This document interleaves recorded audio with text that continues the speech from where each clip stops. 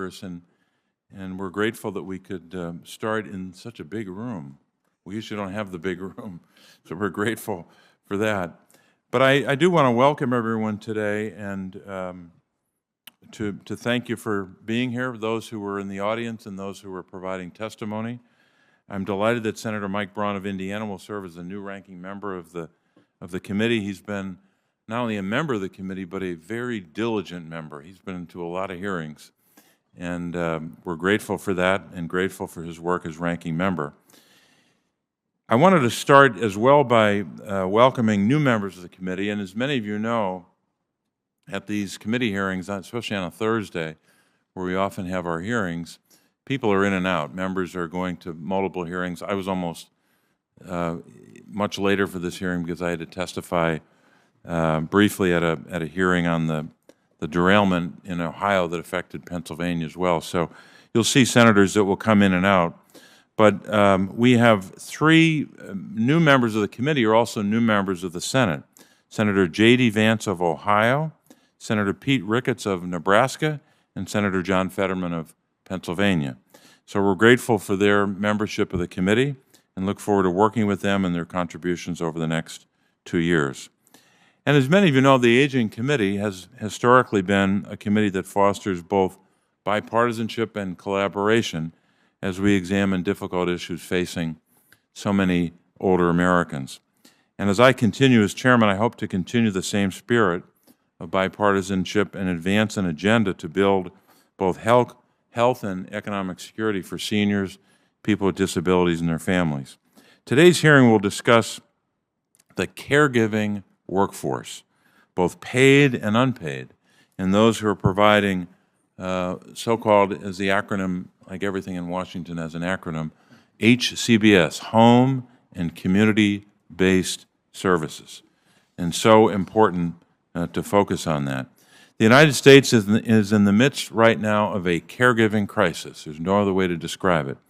And home and community-based services are not only important, but they're not readily available for those who need them. We got to change that. We have a lot of work to do to accomplish that. In a new report just released last week, Anchor and the United Cerebral Palsy found that 63% of home care providers have discontinued services or programs because of staffing shortages. 83% of service providers reported turning away families because they don't have the staff to provide the services. The report also found that 92% of service providers are struggling to meet quality standards because of lack of staffing. 92% of service providers having a staffing problem. When it comes to the staff who are providing this critical, backbreaking work, home care workers often struggle to support their own families because they're paid an average of just $19,000 per year. This workforce, the majority of whom are women of color, are more likely to live in poverty than the general public. Many work only for their wages and have few or no benefits, including paid leave or even sick leave. It's time we make the smart economic choice for the country to help our families, to invest in our families, to invest in caregivers, and strengthen this workforce by making a generational investment in home care services. That's why in January I reintroduced with 39 co-sponsors the Better Care, Better Jobs Act. It's Senate Bill 100. It should be easy to remember that. This bill focuses on home and community-based services, and I want to describe what those are. Some people have a general sense of it. Here's what we're talking about when we talk about so-called HCBS, a variety of medical and human services that enable older adults and people with disabilities who need assistance to live in their own homes or in a home-like setting and remain part of their communities instead of living in an institutional setting. Now, most institutional settings do a really good job, and people can get really good care there.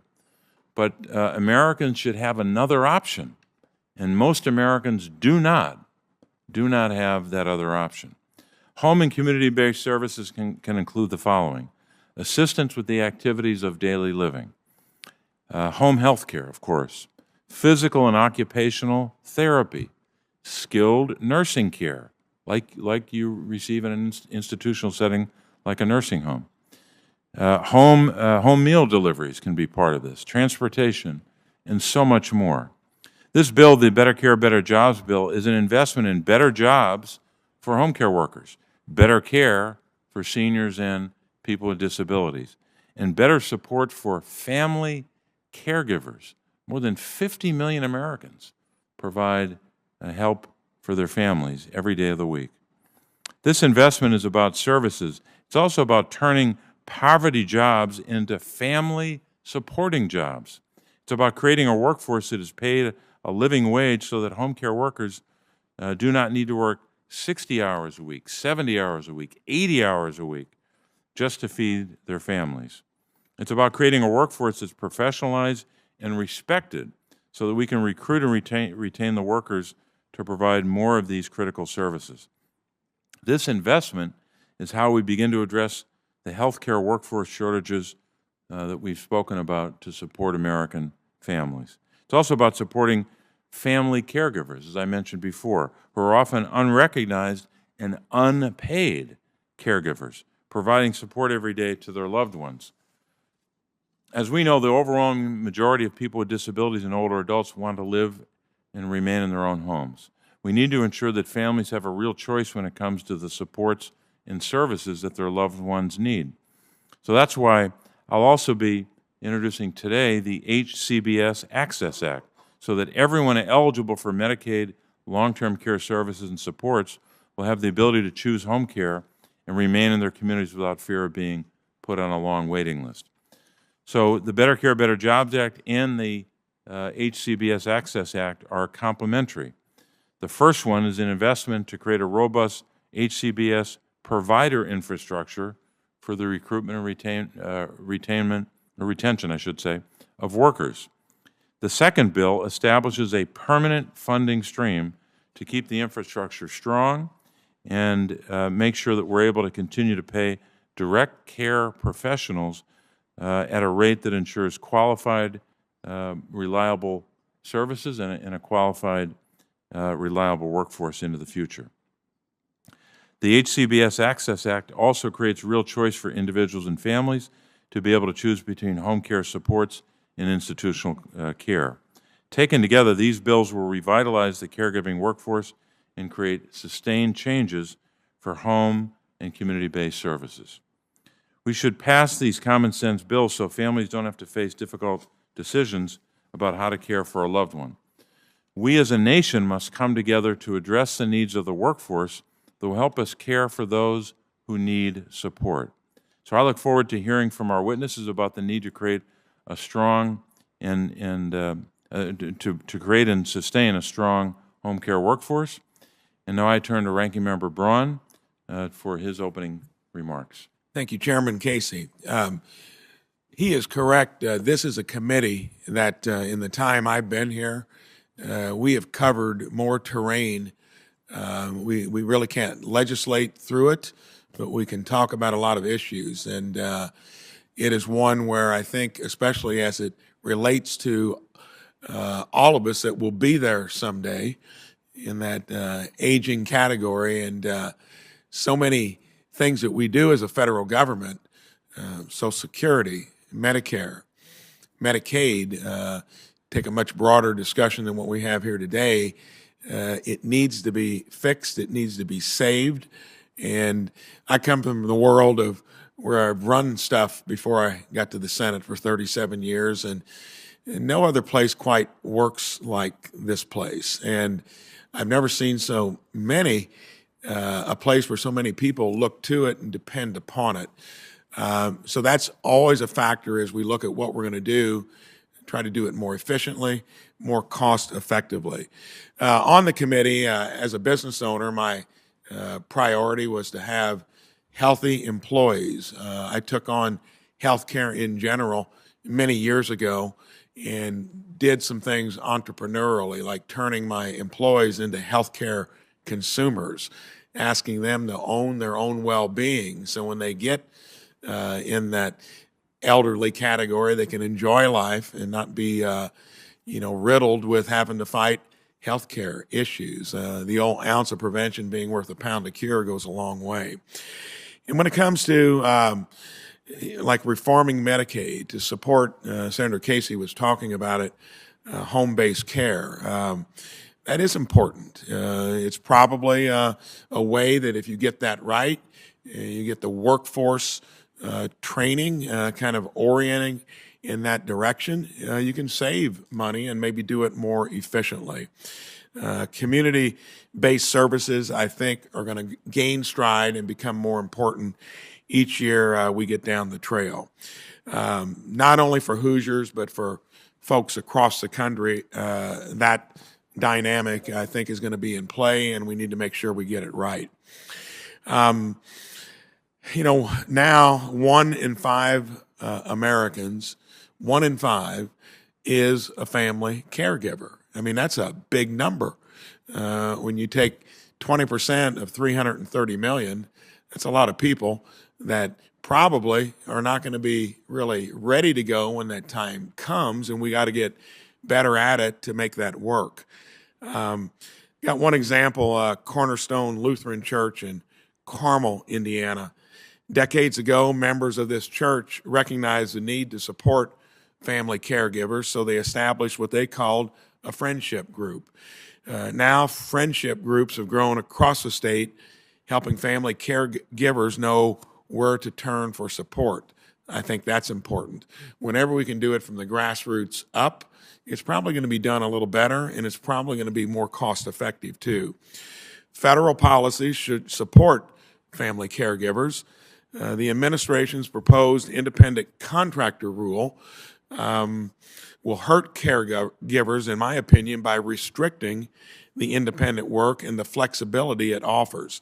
74% of independent workers say they prefer the arrangement because it gives them flexibility to be one of those 1 in 5 of all Americans that are going to be caregivers eventually. Women who make up the majority of caregivers will be disproportionately harmed by restricting independent contracting. That's a whole other issue we have to deal with, make sure that dovetails into what we're trying to accomplish here. Inflation is still high and widespread. It's not going to go away anytime soon. It impacts all of us as we try to recruit and retain new employees, including caregiver employees. The Better Care, Better Jobs Act, which was talked about earlier, I think is going to maybe add to inflation. So sometimes we do things here, even though well-intended, might be counterproductive. The federal government wants to rebalance spending on long-term services and supports from institutional care to home-based services. Rebalancing means shifting weight from one side to the other. It doesn't mean putting more weight or more burden on trying to do it, so we have to be careful there. I introduced the Bipartisan Jobs Act with Senator Kaine to expand Pell Grant eligibility to shorter-term job training programs. I think that's going to be a win-win. I hope Senator Casey joins us on that. I think that's got a good chance of making it through this Congress. I also reintroduced the Prioritizing Evidence for Workforce Development Act to fund education and workforce programs with proven outcomes. I think that's important. This bill would help scale successful programs like the Goodwill Excel Center, which helps adults earn their high school diplomas and provides training so they can enter the high-demand, high-wage fields. In our state of Indiana, 135,000 jobs need a better high school education. We export 4-year degrees in our state. Our guidance counselors at many schools do not even tell kids about jobs like will be needed, for caregiving in the home. We also need to make sure that the wages are there, so it's attractive for people to get into fields. This needs to all be guided. It needs to be promoted. And kids coming out of high school, regardless of what your trajectory is, doctor, astronaut, plumber, electrician, anything in between, need the skills that we seemed to not be delivering, and it would really come into play when it comes to what we're talking about here today. So as long as I'm here, I'm going to push that from this level. Don't dismiss what can be done in your own states. A lot of times where the laboratory of finding things that work and you can pay for actually occur. I yield back. Thank you, Senator Braun, for your opening remarks, and grateful for the work you're doing as ranking member. I want to start with our witnesses. What I'll do is introduce each of you, and then we'll start with testimony. But I'll introduce each of you first, and I apologize in advance for the brevity of our introduction, because that doesn't, of course, capture all the work that each of you does. But I want to start with our first witness, Dr. Kezia Scales. Dr. Scales is Vice President of Research and Evaluation at the Paraprofessional Health Care Institute, or PHI. For nearly 15 years, Dr. Scales has been studying person-centered, high-quality long-term care with a focus on direct care workers. So thank you, Dr. Scales. I'll now turn next to Ranking Member Braun to introduce our second witness. My pleasure to introduce Dr. Hannah Maxey, Associate Professor of Family Medicine and Director of the Bowen Center for Health, Workforce, Research, and Policy at Indiana University School of Medicine. She is a nationally recognized expert in health workforce policy with a specific focus on state solutions for recruitment, retention, and regulation. Dr. Maxey has been a licensed dental hygienist in Indiana for over 20 years. She spent nearly a decade practicing in public health clinics operated by the Marion County Public Health Department prior to pursuing both a Master of Public Health and a Doctor of Philosophy in Health Policy and Management, both at Indiana University. Her experience as a practicing healthcare professional in public health clinics provides perspective on the critical role of health workforce. She serves as an expert consultant to the National Governors Association and has worked on issues ranging from health workforce data collection to policy design and implementation. Most recently, she has provided expertise for Indiana's Direct Service Workforce Plan. She is honored here today to be joined by her 15-year-old Sebastian in the row behind.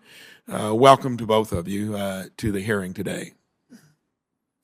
Thank you, Senator Braun. Our third witness is Pam Lowy. Pam is the Executive Director of Great Bay Services. Great Bay Services is an organization dedicated to providing support for adults with intellectual and developmental disabilities. So we thank her for her testimony.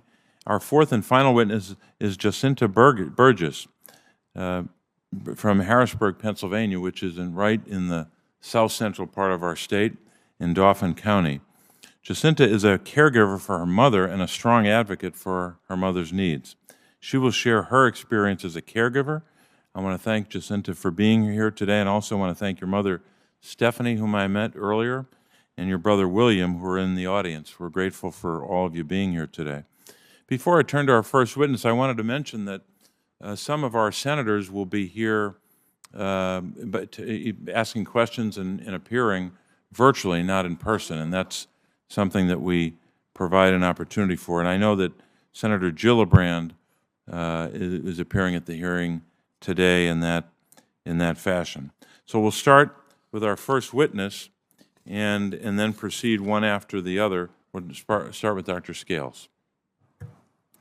Good morning. Thank you, Chairman Casey, Ranking Member Braun, and members of the committee for the opportunity to testify on the importance of investing in the home care workforce and supporting our communities of care. It is an honor and a privilege to be here today. As noted, I am Vice President of Research and Evaluation at PHI, a national, New York-based nonprofit organization that works to transform elder care and disability services by promoting quality direct care jobs, including home care jobs, as the foundation of quality care. More than 2.6 million home care workers, primarily women, people of color, and immigrants, assist older adults and people with disabilities across our country every day. Because the population is rapidly aging, and because most of us wish to age in place, nearly 1 million more new home care workers will be required by 2030. That's more new jobs in home care than in any other occupation in the United States. And yet, as Chairman Casey spoke about, we are facing a workforce shortage right now because home care worker wages are too low, employment benefits are inadequate, training and career development opportunities are limited, and these jobs are insufficiently recognized, respected, supported, and valued. Existing and potential home care workers are being forced to choose more viable employment opportunities in other industries, leaving home care providers struggling to maintain services and individuals and families without the support they desperately need. Investing in home care jobs is a critically needed strategy to strengthen and stabilize this workforce to meet ever-growing needs. And I use the word investing because it will pay off. First of all, raising wages for home care workers will lift these essential workers out of poverty and enable their economic independence. Currently, 53% of home care workers rely on public assistance like Medicaid and SNAP just to meet their basic needs. If we raise wages, we will substantively reduce expenditure through these and other public programs. And what's more, these jobs will become more attractive and sustainable, thus reducing costs associated with recruitment, turnover, and contract staffing. Second, by investing in a more stable, sufficient, and well-prepared workforce, we can better ensure home care continuity and quality, which in turn can prevent or delay more costly outcomes. In other words, if individuals receive the support and services they need when they need them, their experiences and outcomes will improve and the total costs of care, particularly to Medicaid and Medicare, will decrease. Third, family caregivers will benefit financially. We know that family caregivers, the bedrock of our long-term care system, experience significant employment challenges, often having to reduce their hours, forego promotions, or leave their jobs entirely. With more paid care available, family caregivers will continue to support their loved ones, but without having to compromise their economic productivity, financial security, and overall well-being. And finally, investment in the home care workforce, again, one of the largest but lowest paid occupations in our country, will stimulate consumer spending and support economic growth overall. A living wage will provide millions of workers with more income to spend on food, housing, healthcare, transportation, and other basic necessities, generating new jobs and building wealth in local communities across America. The Better Care, Better Jobs Act exemplifies the potential for federal leadership on this important issue. Through this legislation, states would be eligible for a permanent increase in the federal match for their Medicaid home and community-based services, or HCBS. This legislation is so important in recognizing the indivisibility of job quality, workforce stability, and service delivery. To receive the funds, states will have to regularly assess and update their reimbursement rates to fully cover labor costs and ensure that increases actually benefit workers. They will need to strengthen training and credentialing opportunities for both paid and unpaid family caregivers, and they could receive additional funds to build their consumer direction programs and related workforce. And they will be expected to evaluate and report on their success, thus ensuring accountability and helping build the evidence base on high-quality, cost-effective home and community-based services. The Better Care, Better Jobs Act would be transformational, and it is not the only solution. We also need to enhance equity, as Chairman Casey was speaking about, by putting HCBS on equal footing with other long-term care options across states, as promoted by the HCBS Access Act. We need to test new approaches to workforce recruitment, retention, training, and advancement, and scale up those that achieve the best value. We need to ensure that home care workers and family caregivers have access to paid leave so that they can afford to take time off without sacrificing their employment, and more. Now is the time to embrace these solutions for the benefit of everyone who has a stake in strong communities of care, which is every single one of us. Thank you very much. I look forward to questions. Dr. Scales, thanks very much. Dr. Maxey. Thank you. Good morning. Thank you for your time, Chairman Casey, Senator Braun, distinguished members of the committee. Time waits for no man. The issues of the aging are the issues of us all. I applaud the committee's commitment to supporting the communities of care for our honored aging citizens. As Ranking Member Braun mentioned, my experience as a healthcare professional and a workforce researcher are broad and have extended more than 2 decades. I am here today as a health workforce policy expert to speak to the solutions that states are developing and implementing to build and strengthen their home and community-based services workforce, or HCBS workforce. I'm delighted to be joined by my son, Sebastian, who's currently working on his Eagle Scout project back in Fishers, Indiana, and is deeply interested in American government.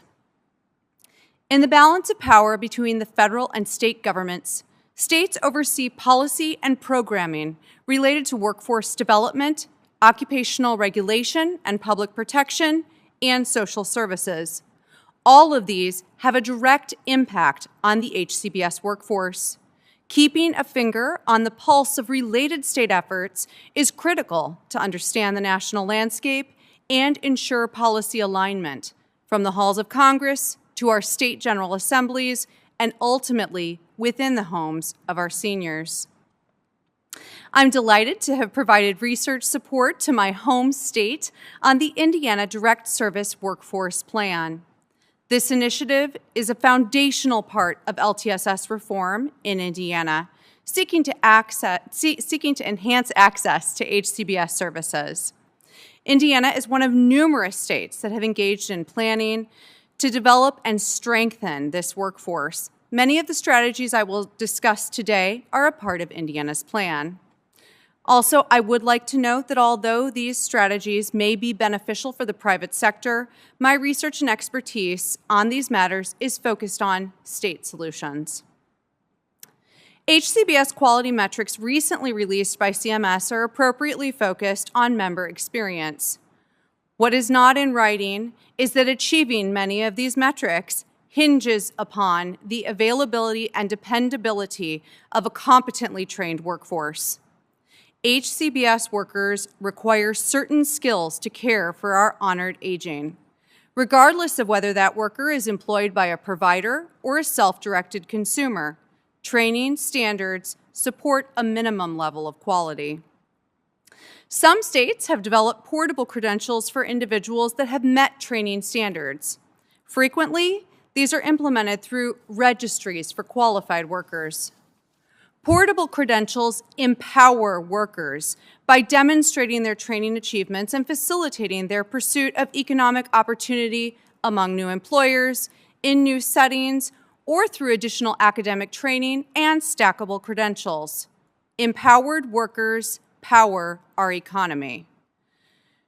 Training registries can also empower employers and self-directed consumers by enabling them to verify that a worker has achieved training standards prior to entering into arrangements.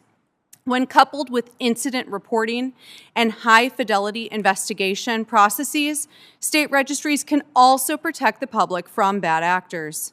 Self-directed consumers and employers alike can query these registries to ensure that a worker does not have any substantiated abuse, neglect, or exploitation claims against them. In addition to consumer protection, registries offer states an opportunity to collect supplemental information on their workforce. Such information is useful for workforce assessments, targeting development initiatives, and evaluating the impact of these initiatives. Indiana is a leading state in this space, recently having leveraged such information to identify and strengthen career pathways for the facility-based direct care workforce. Wage is commonly cited as the greatest challenge to the HCBS workforce recruitment and retention.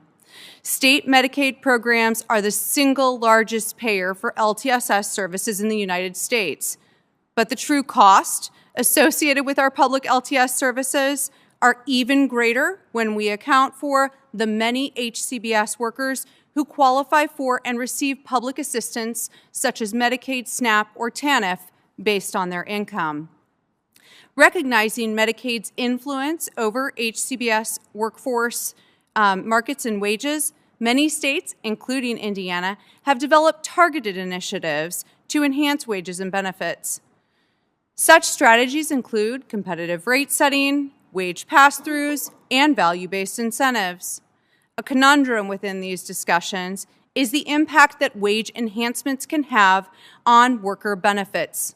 As I just mentioned, many HCBS workers receive public assistance. Strategies which increase wages to just over public assistance qualification can negatively impact overall income. This is commonly referred to as the benefits cliff. States are exploring where these cliffs exist to ensure their solutions are data-driven and have a net positive impact. I'd like to thank you for this opportunity to brief you on the great work going on in Indiana and states across our nation to uplift older Americans and the workforce that is supporting them. Thank you also for your leadership on this topic and your commitment to supporting and advancing state solutions. Dr. Maxey, thanks for your testimony. Ms. Lowy, you may begin. Thank you, Chairman Casey, Ranking Member Braun, and members of the committee for the opportunity to testify on the importance of investing in the home care workforce. In particular, I want to recognize my home state senators, Senators Shaheen and Hassan, for their support of Senate Bill 100, and Senator Hassan for her co-authorship of Senate Bill 1437, who are watching this remotely. My name is Pam Lowy, Executive Director of Great Bay Services, a provider of home and community-based services along the northern coast of New England. Our organization was founded in 1954.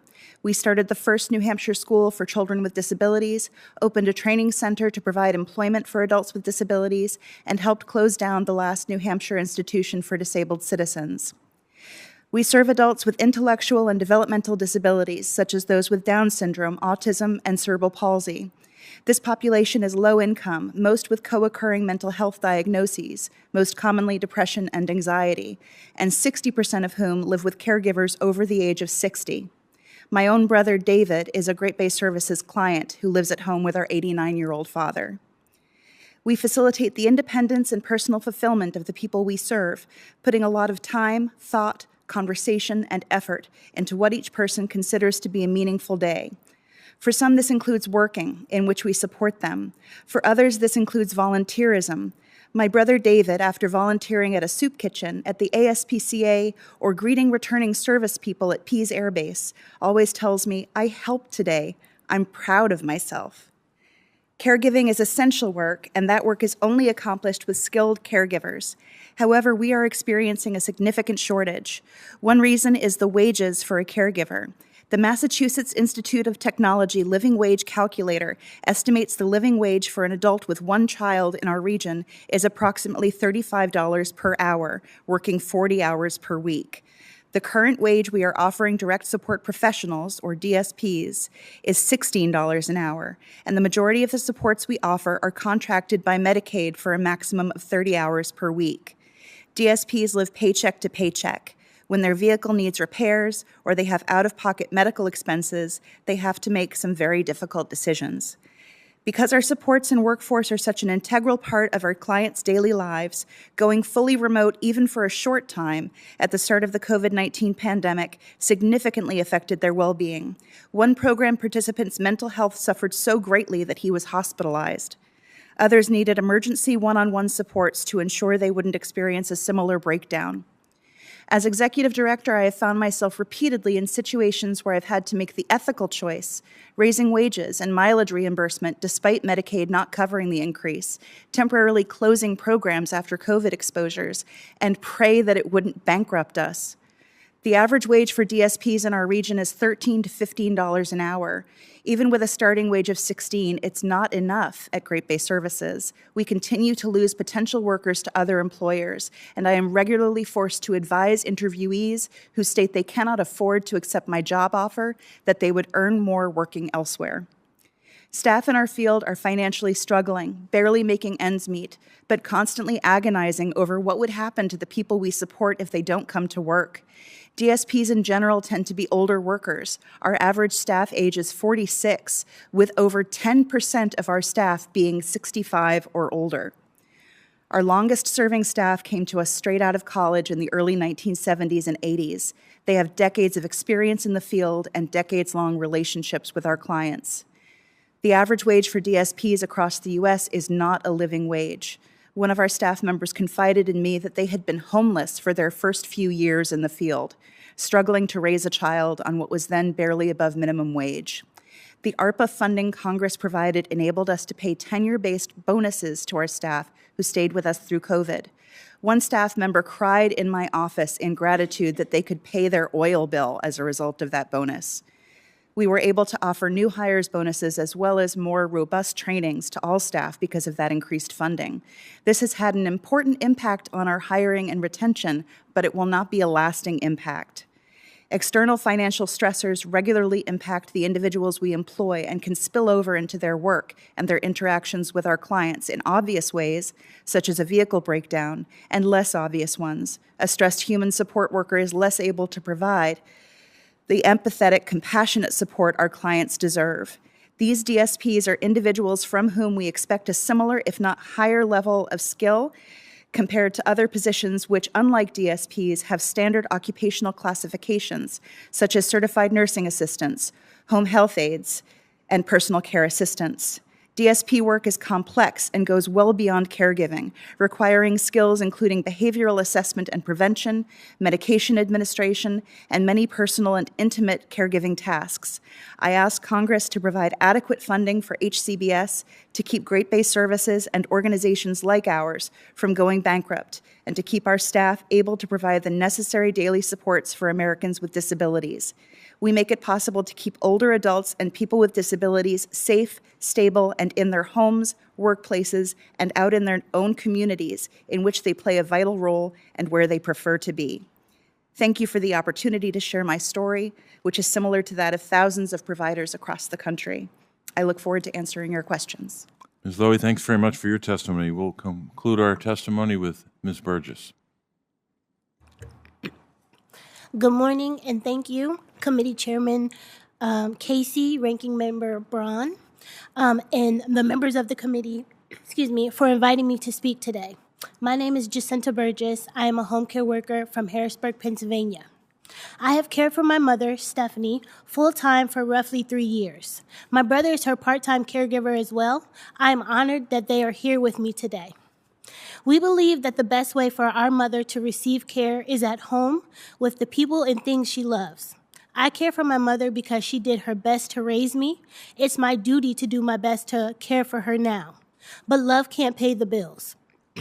My mother suffers from a number of neurological conditions, including essential tremors, which cause her body to involuntarily and painfully shake, sometimes for hours. Her condition also leads her to become confused.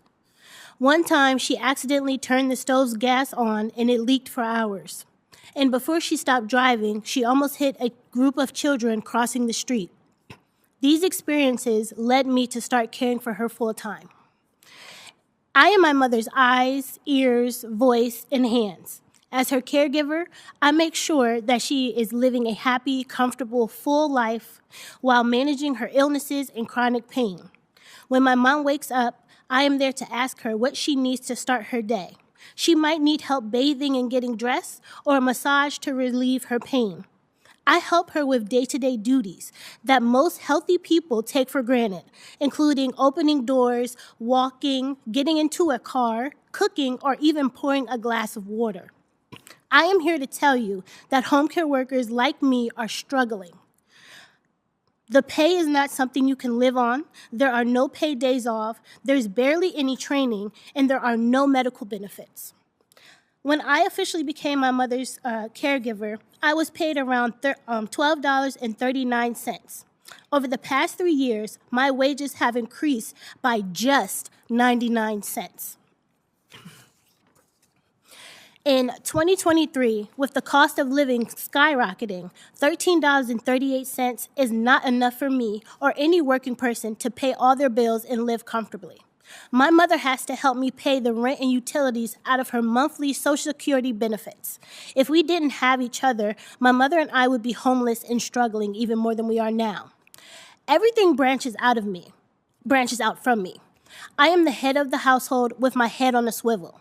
I am a queer, Black woman living in America, and I also have to worry about caring for a parent. Most mornings, I don't want to get out of bed. I struggle with deep depression and anxiety, but can't afford the mental health care I need to stay strong for myself and my mother. How is anyone supposed to enjoy their life if all they have to look forward to are the struggles they face? It may sound silly, but our cats are sometimes our only source of comfort. My mom massages my cat Shaka to calm herself frequently. I love our cats, but they should not be our support system. If I had a livable wage, I could live, not just survive. I could afford to buy a car so that we wouldn't be dependent on ride shares. I could purchase a home so I can afford the standard of living and stability I want for my family. Our current apartment has roaches and ventilation issues that make it hard for my mother to breathe. What keeps you up at night? I toss and turn worrying about whether I forgot to pay a bill, an auto payment overdrafting my account, and the condition of my apartment. I fight with a number of things I want to change so badly, but can't because of my lack of money and resources. There are so many care stories I could tell. Like my cousin Venetia, who requires 24-hour care but doesn't have a consistent caregiver, and they generally don't last for longer than a few weeks. There is a severe shortage of home care workers. Or my friend and union buddy, Janelle, who cares for her mother and struggles to find time to care for herself. But without Janelle, there's no guarantee her mother would be safe or cared for. For decades, home care workers have organized, advocated, and rallied for justice. My union, SEIU Healthcare Pennsylvania, has made a huge difference in my life. My union is a community of support and inspiration. I have a vision of America where long-term care is accessible, affordable, and consistent for all. We need our elected officials to champion efforts to make home care jobs full-time, respected union careers, and raise standards of care for consumers. I am important. My mother is important. My cousin Venetia is important. Janelle is important. And every care worker and care consumer is important. Thank you. Ms. Burgess, thanks very much for bringing your personal story to this hearing. And I'll start my questions, my first question directed at you. Before I do that, though, I wanted to mention as well, we have, as I mentioned earlier with Senator Gillibrand appearing virtually, we also have senators who have appeared as part of this hearing, Senator Warnock and Senator Rick Scott of Florida. And we'll have other, as I also mentioned, other senators coming in to ask questions as we go. So, Ms. Burgess, let me start with you. As you know, in many parts of the country, this workforce we've been talking about, the home care workforce that you're part of, is characterized by low wages, limited to no benefits, and high turnover. And that's just a brief summary. The need for more Americans to do this work is never been, I think, more apparent. You heard Dr. Scales mention, what is it, 1 million? We'll need 1 million people between now and 2030, not even a decade away. 1 million more people to do this work. Ms. Burgess, you mentioned in your testimony that you make $13.38 an hour, and I believe you said that had only increased by, what was it, 9 cents. 99 cents since? I started in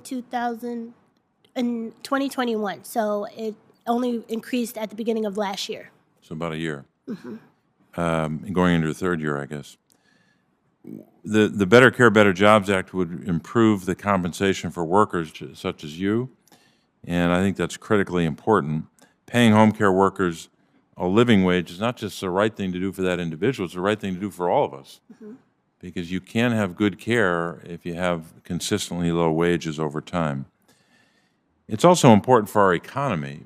if we're going to call ourselves the greatest country in the world, the strongest economy, we got to have the best caregiving in the world. And we have work to do to achieve that. Ms. Burgess, what would a living wage mean for you? What would it mean for your family? And what do you believe it would mean for other care workers? As I previously stated before, a livable wage would mean that I could own my own home instead of paying into a system that I feel disrespects me and takes advantage of me.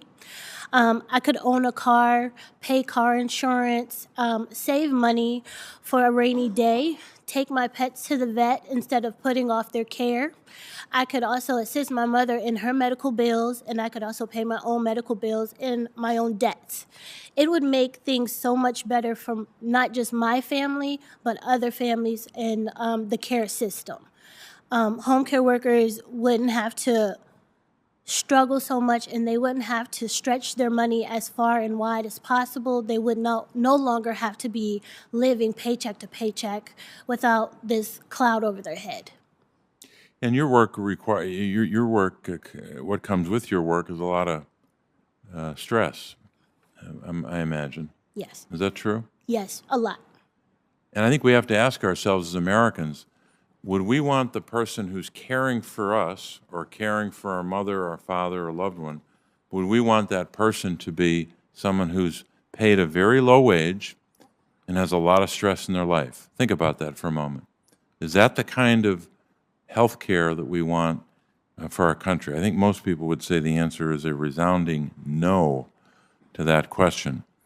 Dr. Scales, I want to keep my time because I'll be telling my colleagues to stay within their time, so I don't want to go over. But Dr. Scales, the legislation I've introduced would make a substantial investment in home and community-based services.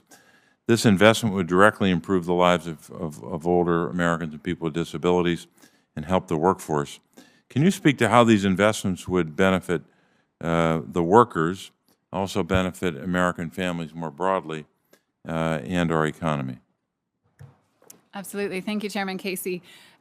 For home care workers, I feel like Ms. Burgess has spoken to this truth so compellingly already, but these investments would mean the ability to really make a living while supporting the lives of others, ideally without having to rely on public assistance programs to make ends meet. That means the ability for job seekers across the board to be able to choose to do this work, for home care workers to be able to continue to do it over time, and to be respected and valued for that commitment.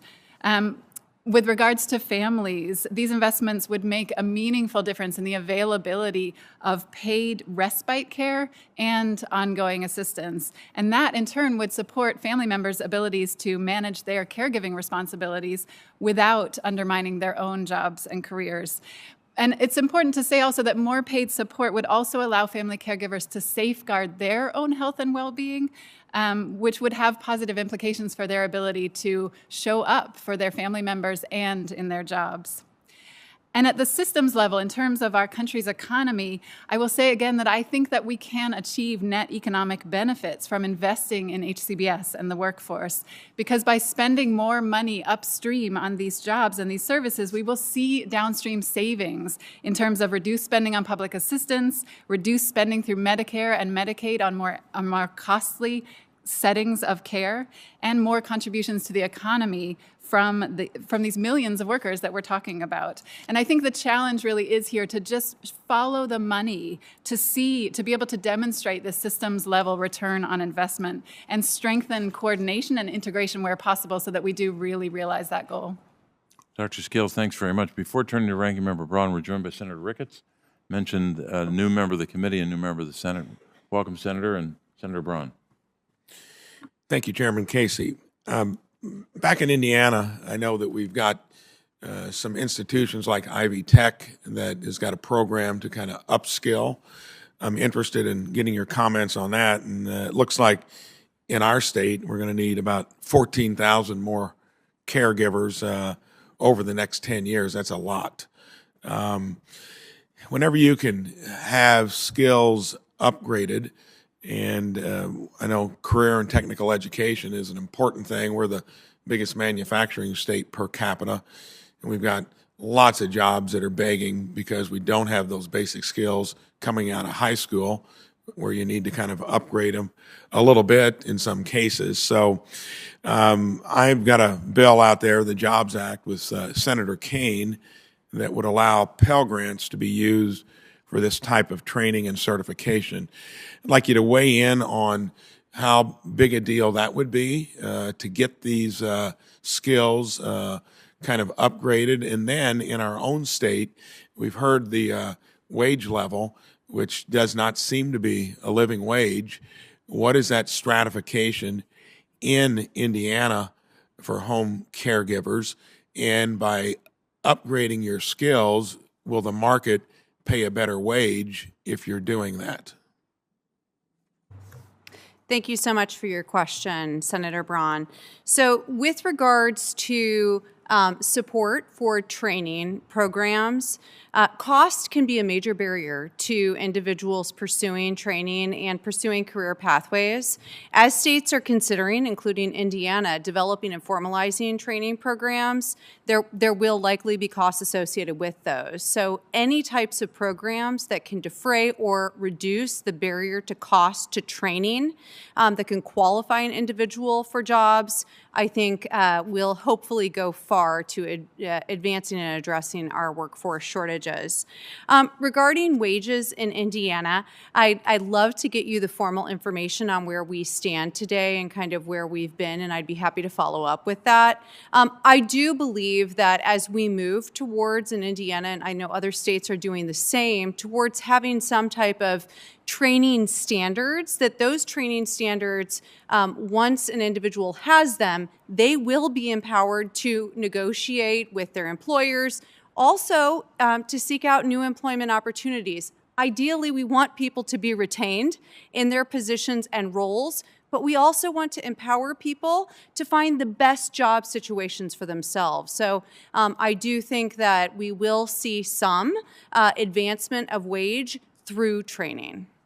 How long have we had Ivy Tech devoting special training towards caregivers in the home? How long has that been in our own state? So that is, to my understanding, more recent, that Ivy Tech has been working specifically with the direct support professional training program with the state of Indiana, and we're really looking forward to see how that might be expanded to help support home and community-based workers in other settings, including with the aging. Well, not only whatever you need in terms of extra skill enhancement, this is something, too, that I believe we need to take all the way back into secondary education, to where you're trying to do some of these things, because when it looks to be so many people working in a given arena, why wait until after high school to get with it?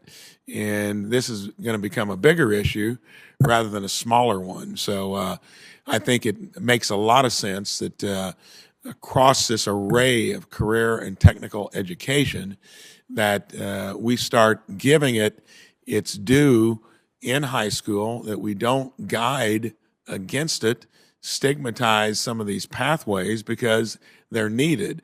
And as Ms. Burgess said, can't make a living on the wages that we're currently devoting to it. So to me, to solve this and really do it, it's got to occur way back in even middle school and high school, to where you start pointing out where the need is. And then if you need extra training after high school, fine, but try to get started back there. Yield back. Thank you, Senator Braun. Now, next we'll turn to one of our new senators, and I know Senator Ricketts was here just a little bit before Senator Vance, but technically, Senator Vance has seniority. So, he was here first. He was here. Wow. So, Senator Vance, you're recognized. Thank you, Mr. Chairman, and Pete. I guess you should get out of my chair then. I should sit a little closer to the member there. Well, let me start here by offering a few thoughts. One of the things I worry about, of course, is that we have a really weird demographic situation in our country, and I apologize for coming late. I'm sure that we've discussed that issue a little bit. I'm sure it's something all of you are very aware of. But we have an aging society. Most American families are having fewer children, and if you play that experiment out long enough, what you end up with is a lot of people who are a little on the older side who need more care, and fewer people on the worker side who can provide that care. That's true whether you're talking about in-family care. That's true whether you're talking about nursing homes and so forth. So I guess where I would start here is, the job of caregiver is almost a saintly calling here. If you think about this, it includes a number of unglamorous duties. I'm sure I'm not telling you guys anything that you don't know there. It is a tough job in a lot of ways, and what my staff has found is some of the initial entry-level postings for these caregiving roles are something like $15 an hour, which is hard for a lot of people, even those who want to do healthcare to swallow. So they often don't appeal to Americans in the middle of their lives, and I don't doubt that these jobs are richly rewarding for devoted caregivers, but caregiver work can, of course, include duties such as bathing elderly wards, some of whom are suffering from dementia and may not remember who the caregiver is by the end of it. In short, this is a very hard and often thankless work. I guess the first question that I'd ask, given how stressed the industry is, and I sort of direct this to everybody, but is sort of how are the caregivers doing psychologically? We talk a lot about the economics and the statistics, but do you feel like the caregivers you guys are seeing, are they doing well? Are they happy? Are they feeling the stress? I'd love to hear your feedback on that. As a home care worker myself and as a part of SEIU Healthcare Pennsylvania, surrounded by home care workers all the time, I myself am not doing well. I struggle with depression and anxiety. My friends often are struggling. My friend, actually, Janelle, she takes care of her mother. Her mother has dementia. She is often, emotional. Many people in this field are overwhelmed and often overworked because we don't have any other person really to rely on besides our families. And sometimes it's hard to get other home care workers to come in, depending on what area you live in, to relieve you of duty. So it's very hard. Well, I appreciate that, Ms. Burgess, and thank you for what you do. And I'm sorry to hear that, but we certainly admire what you do. I guess maybe sort of one follow-up question then, again, to whoever on the panel would like this is, what do we do about this, right? I mean, if you have overstressed caregivers, you have a demographic situation that seems to be going in the wrong direction. It's going to get worse, it seems like, before it gets better, just because of the aforementioned issue. Let me just start actually a very direct question. Do you think the starting wages of caregivers are too low? That's a yes. Okay. What do you think, if I'm right that it's about $15 an hour, and if I'm wrong, please correct me, but what do you think the right number is here for entry-level caregivers to entice younger workers into this profession to begin with?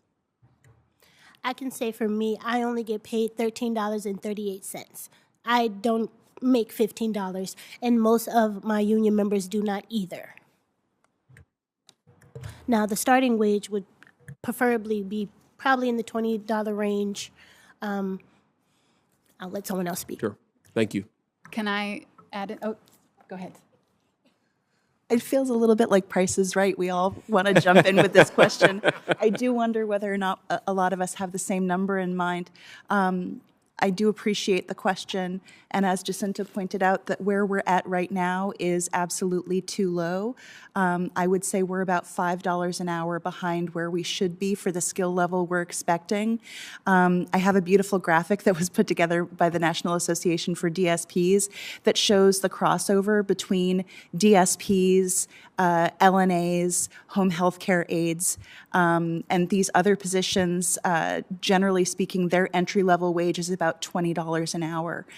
So the fact that, we're paying $16, really trying to push it, trying to be staffed. But I'm sorry, Doctor. To respond? Please do. Yeah. Okay. I would just add that the median wage for home care workers across the nation is $14.09 an hour.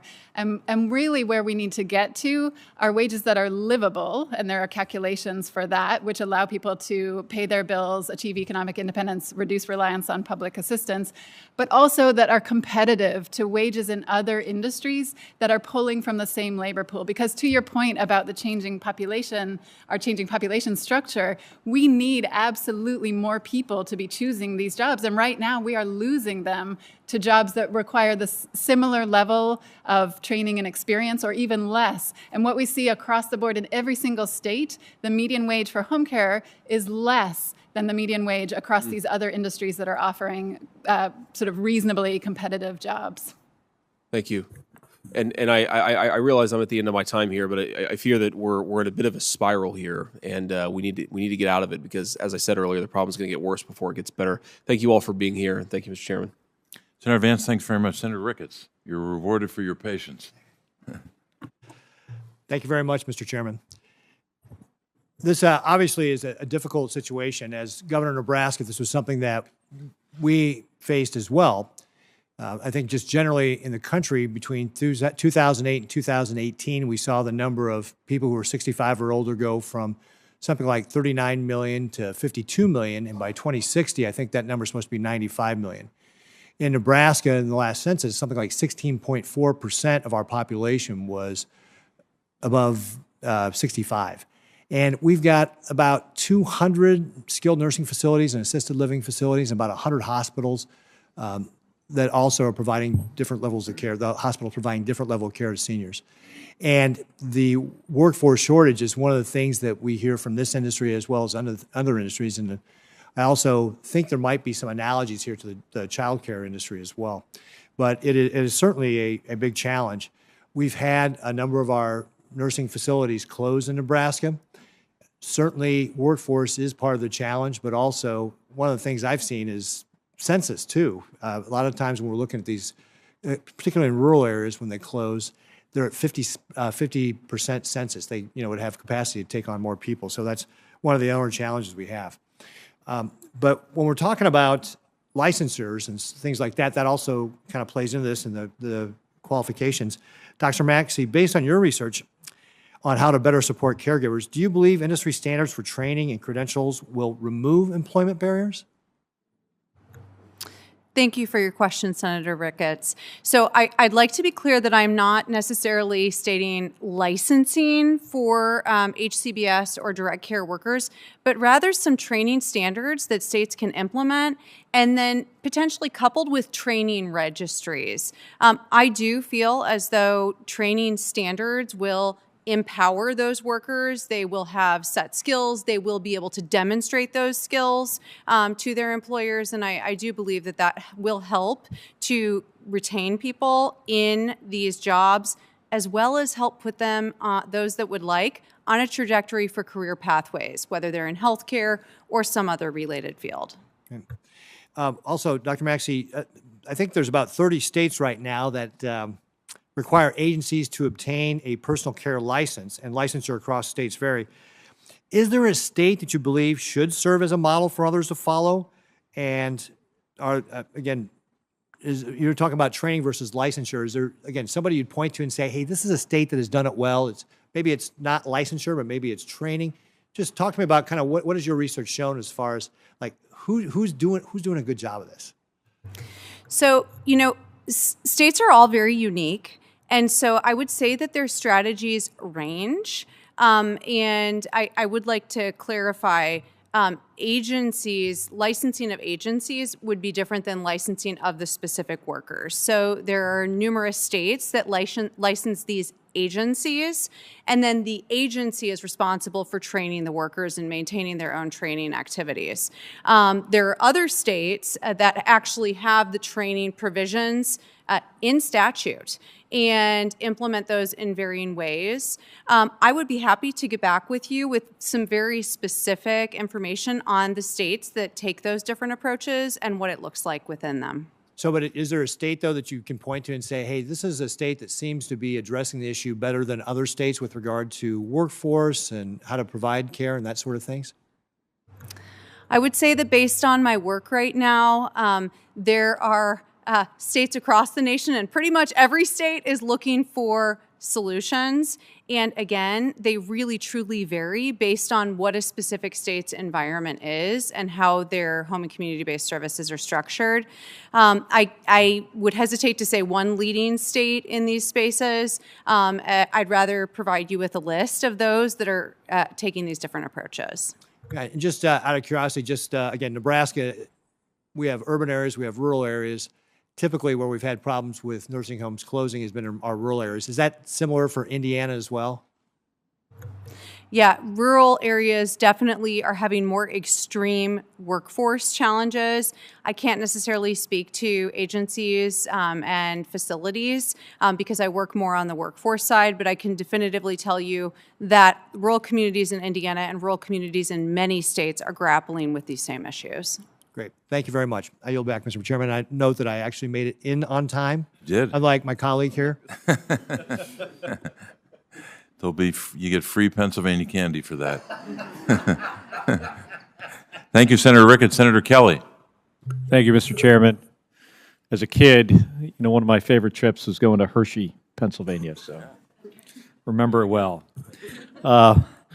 Thank you to all our witnesses for being here today. Dr. Scales, I hear from employers across Arizona how challenging it is to find direct care workers. And I know this is not unique to our state, but the need is serious. Nearly a fifth of Arizona's population is over the age of 65. The University of Arizona in our hometown of Tucson projects that our state is going to need about 55,000 more direct care workers by 2030. It's not too far away. And we've seen our providers come up with some pretty creative solutions to try to get by and continue providing high-quality care for Arizonans. In Tucson, high school students are getting engaged in career and technical education programs in the caregiving space. And our public university system is working to build out online curricula to provide frontline workers with a base level of geriatrics training that they can translate into their everyday work. And we're trying a variety of different things in the state. But one idea I'd like to focus on is viewing direct care as an opportunity for long-term career growth. That's what might get the high schooler excited about becoming a certified nursing assistant. And it's not only to work as a CNA in your high school program, it's getting the opportunity to grow in a field where you can make a difference in somebody's life and see your income increase as you advance professionally and build a meaningful role in our healthcare team. Now, you've done some research on this, on career advancement models in direct care. So what does your research tell us about the most effective ways to grow direct care as a career path? Thank you for the question, Senator Kelly, and thank you for all of the exciting work that's happening in Arizona around training and career development for this workforce.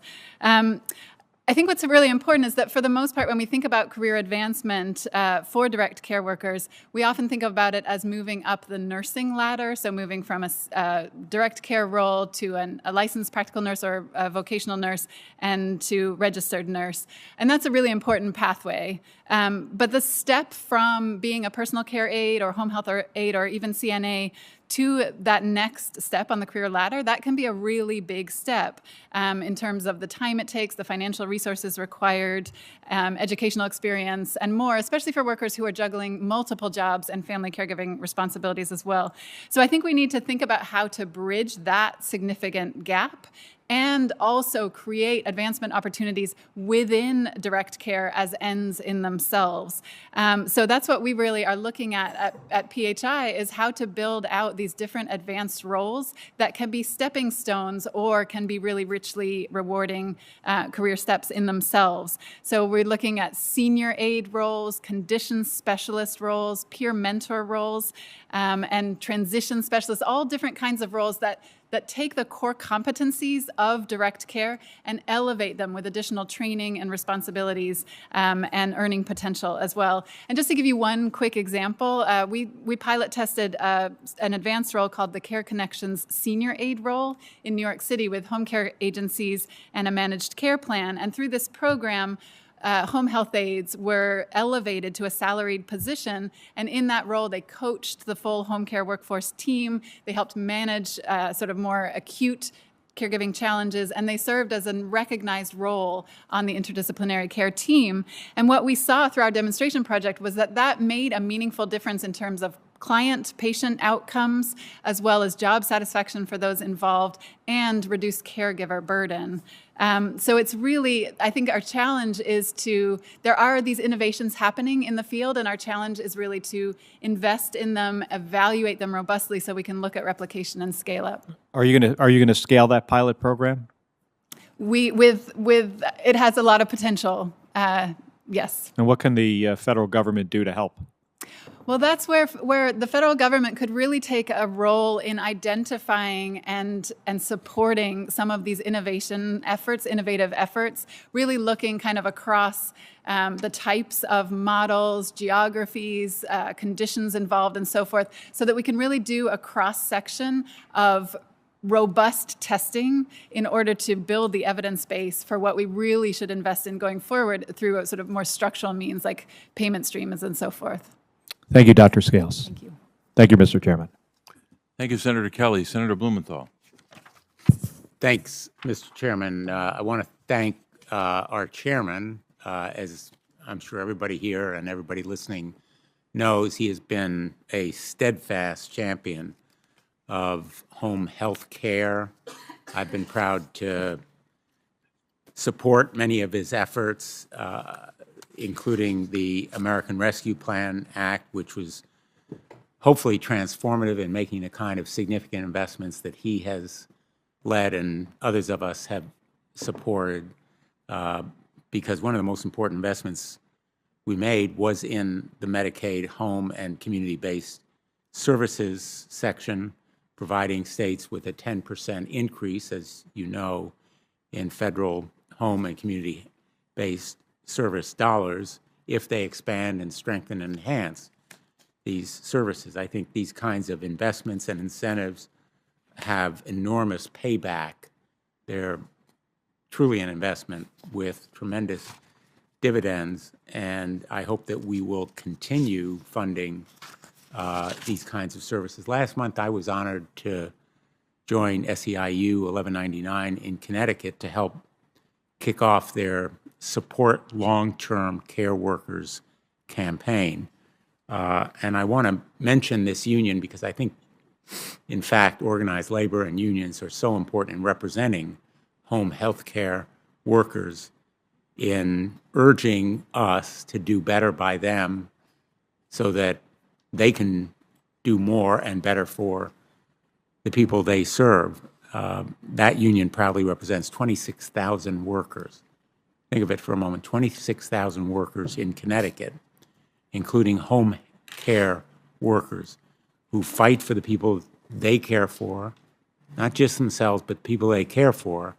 It seems clear to me that an investment in healthcare workers, especially at a time when there are shortages, lack of training, and burnout, that's an investment in the people that they serve.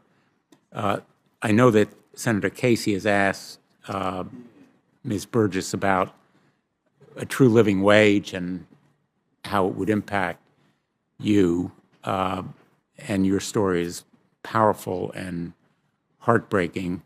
I wonder if the panel could speak to the importance of training as well as proper compensation.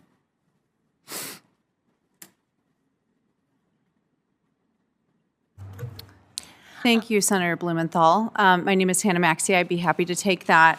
So I'm sure you're aware that CMS has finalized a set of competencies for HCBS workers, but those serve more as a guidepost to states, whereas in other occupations or facility-based settings, there are stronger guidelines or regulations regarding that. Training standards are critically important for these workers and can help support a consistent level of quality and service across the different consumers that they might work with and the different settings that they're in. And I wanted to say thank you for that question. In Pennsylvania, we just recently won funding for paid training programs, first of their kind in the state, which just rolled out earlier this year. Caregivers who have never received any healthcare training are now getting certified in everything from CPR to dementia capability care, nonviolent crisis intervention. It's very important, to have that training so that we know what we're doing on the spot. Even when I think of the care that I give my mother, her care is going to progress. She's going to need more, and my knowledge needs to grow. So the training that we would be provided would be life-saving. Very important comment. Thank you. Thank you all for your service. Thank you, Senator Blumenthal. I know we're going to have to wrap up soon. I might have one more question. Senator Braun? One more, okay. I wanted to turn to Ms. Lowy. I know that you shared your organization's experience providing care during the COVID-19 pandemic. As we heard, direct support workers went above and beyond to provide essential care during that crisis, often at great risk to their own health and their own safety.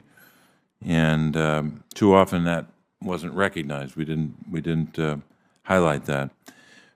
We do know that in the American Rescue Plan, we allocated $12.7 billion in dedicated home and community-based services funding for states to address the urgent needs caused by the pandemic, including supporting the workforce.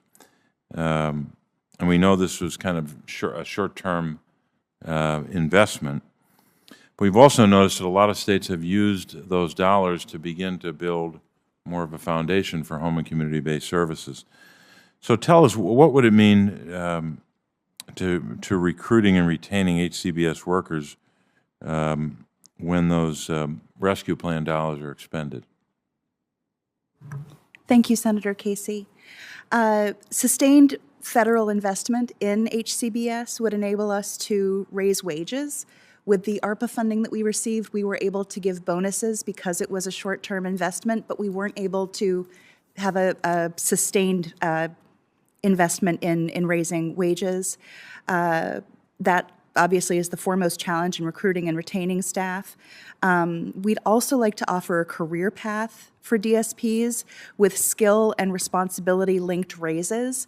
Obviously, as both of the doctors have talked about, it's so important to have these additional skill sets fostered and that training funded. But at present, because we don't have any titular or financial recompense available to staff members who are interested in these additional training avenues, it's difficult, even if we had the funding for the training, in order to encourage folks to pursue that. And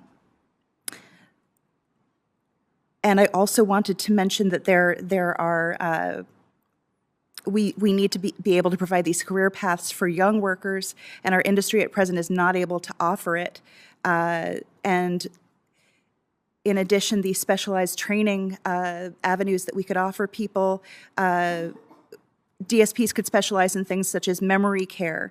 A lot of people don't realize that 50% of adults with Down syndrome develop dementia by the age of 50. And so that's an area we would love to be able to train staff in, but the motivation isn't there if we're not able to give them a career path in that direction. Obviously, also program development is very important. Just as for teachers or social workers, one size does not fit all for the folks that we support, so being able to develop challenging programming. And then finally, I wanted to mention that transportation and transition services are two areas that vary greatly from state to state, from underfunded to non-existent. So those would be two areas I would love to be able to invest more in. Thank you. Thanks very much. Senator Braun? Thank you. My final question is going to deal with something I did in my own company roughly 15 years ago when I was sick and tired of hearing how lucky I was. Premiums are only going up 5 to 10% each year. I took the entire system, kind of turned it on its head. We were able to self-insure, but that made a big difference once we became the insurance company when I found out how much profit they were making on our plan back then. But a cornerstone was to really emphasize prevention and wellness, giving all the tools to my employees to become engaged healthcare consumers, owning their own well-being.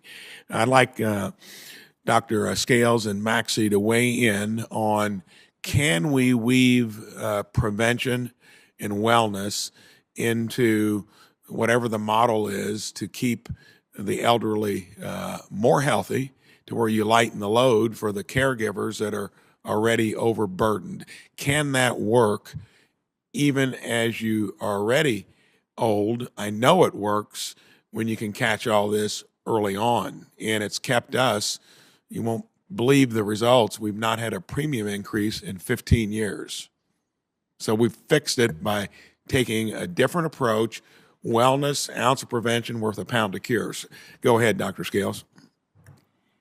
Thank you. I absolutely agree that the more that we can provide opportunities for individuals to safeguard their health and wellness throughout their lives will make all the difference as we get older. I absolutely think we need the structural conditions in place to enable people to do that, and that means having health insurance, being able to seek preventive care or address issues earlier rather than later in their trajectory. And what I would add is that question to me brings up the importance of the home care workforce, because so much of what home care workers do is enable people to maintain their optimum health and well-being, to maintain their functionality, to stay active, to stay engaged in their communities, all things that actually will keep them on a better healthcare track for longer, rather than having to go without those needs being met and ending up sooner in the hospital, in the emergency department, in a nursing home before it's really necessary for them to be there, and so forth. Dr. Maxey. Yes, thank you. So I'm going to bring it back to training, but maybe instead of formalized training, home and community-based workers or even informal family caregivers need to be equipped with the information to help support the individual they either serve or their loved ones in what prevention is. That might look like a registered nurse that cares for that individual at their medical appointment, providing some health education to the caregiver. I think there are many ways that can happen, but I absolutely think that the caregiving workforce, either the formal employed or the informal, can absolutely be a part of supporting prevention and wellness for individuals that are receiving home and community-based services. Thank you. Thank you, Senator Braun. I will now turn to our closing statements, and we want to again thank the witnesses for their testimony. As we heard today, investing in the direct care workforce will have major economic benefits for many Americans. Studies have repeatedly demonstrated that paying home care workers will improve the financial security of those families, both the care recipients as well as the workers. And an investment in this workforce will boost the economy in communities across the country. It's not a surprise that every single state participated in the American Rescue Plan Act HCBS program to provide more funds to bolster home-based services. The rescue legislation had about $12.7 billion, and every state took advantage of that. So we must build on the investment now and certainly in the future, and fortify a workforce that helps millions of Americans live better lives, safer lives, and more independent lives.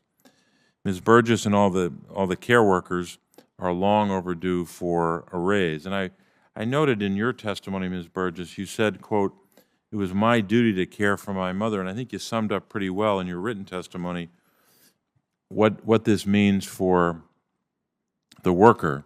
You said, quote, "I care for my mother because it's the right thing to do, and I would do so even if I weren't getting paid.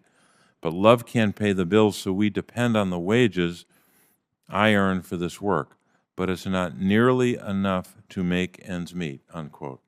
I think that says it all in terms of the challenge our country faces. So one of the bills that we should consider is the Better Care, Better Jobs Act, as well as the new HCBS Access Act, to improve the recruitment and retention of direct care workers and provide the home care supports that older adults need and people with disabilities need. The committee has received 10 statements for the record that support the need for an investment in these services. So be assured that every single American will either require long-term care services and supports or need to support a loved one at some point in their lives. So I look forward to working with my colleagues to address the needs of millions of Americans and their families in need of supports and services. I'll now turn to Ranking Member Braun for his closing remarks. Thank you, Mr. Chairman. Enjoyed the conversation. We always learn a lot. It's always having great witnesses that live it in the field each day. We're transitioning everywhere across America where we obviously got an underpaid workforce. We're trying to find that right solution. The problem obviously is going to grow. Nearly all countries are dealing with the same issue. For us, I think we're just at the cusp of it, just due to, population growth and the whole dynamic of where our country is headed. I think it's going to be necessary to look to what we can do here to make it easy.